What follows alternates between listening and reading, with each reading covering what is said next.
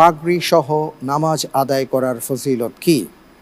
এ 25 গুণ বেশি সওয়াব, বি 70 গুণ বেশি সওয়াব, সি 100 গুণ বেশি সওয়াব, ডি কোনো নির্দিষ্ট ফজিলত নেই।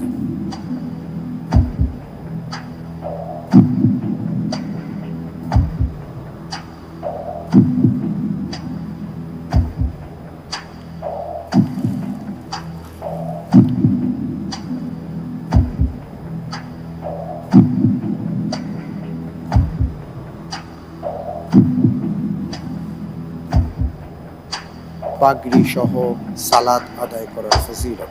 জি আলহামদুলিল্লাহ, আমি বেছে নিচ্ছি ডি, কোনো নির্দিষ্ট ফজিলত নেই। লক করে দিব ইনশাআল্লাহ। লক করে দেওয়া হোক ডি।